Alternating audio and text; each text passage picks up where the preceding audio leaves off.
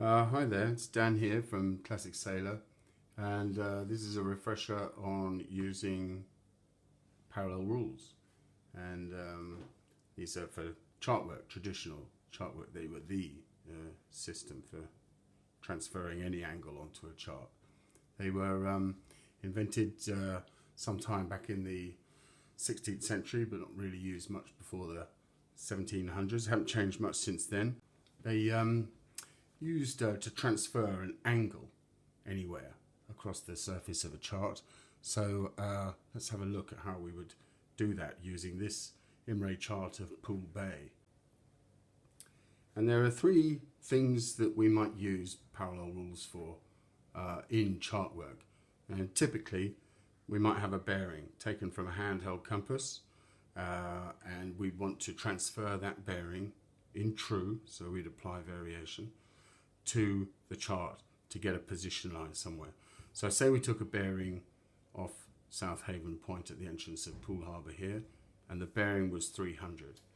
We line up our parallel rule at 300 using the centre of the compass rose and the edge of the rose there where it reads 300, and putting a bit of pressure on the top rule, we then walk across to get our bearing there.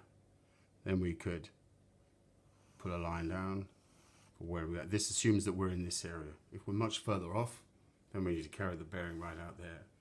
But this gives us a position line, so we know we're somewhere on there. Obviously, to get an accurate fix, we take another bearing and maybe another bearing to give a 3-point fix.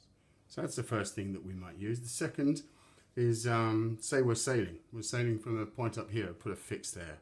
So we made a fix there, and we're sailing, and the helmsman's given us his course that he's been holding for any given distance.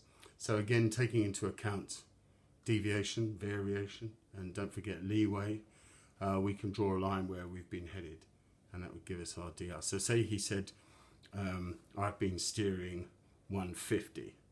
Again, we'd look at 150, center line, move it across. We're walking across here. Move it across onto our fix, and we could just draw down 150 for the distance that we'd sailed, mark it off.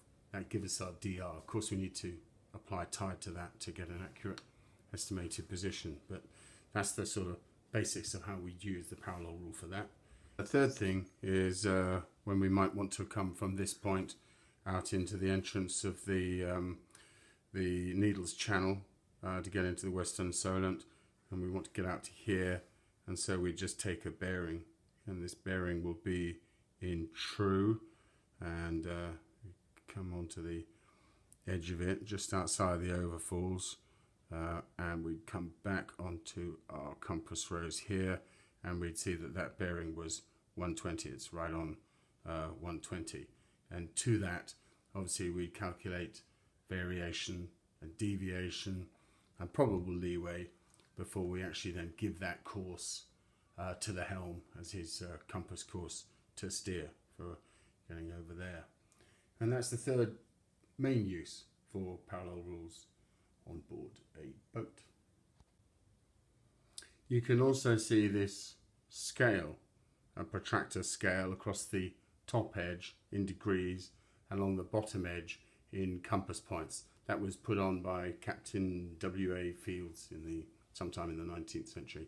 And that's a handy scale to use if the compass rose was on this side, and say you were working on this side of the chart, and again, you're in the moving deck and you're not too sure about how accurate you're going to be able to use these parallel rulers. So this scale, say we had that bearing, I think that bearing was 300 along this bearing we took earlier. So if we couldn't use the compass rose, we'd use this bearing here, 300, and we'd line it off with the south mark. That's the point there that we line it off with. I don't know if you can see, but we line it up exactly on the 300, and it comes out exactly the same way. So that's how we would use.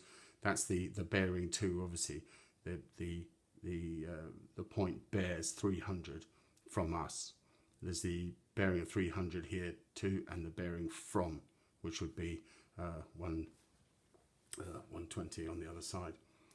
So that's how you use that bit of scale on any of these meridians. And you can see on these IMRE charts, there's lots and lots of meridians. The slightly bolder ones, but also there's thinner ones, and they're just great to use if you want to use a fields pattern. Again, using the south point there, and then using that scale to get your angle around it. So it works a bit like a Portland plotter in that sense. So there you are, there's the fields pattern parallel rule.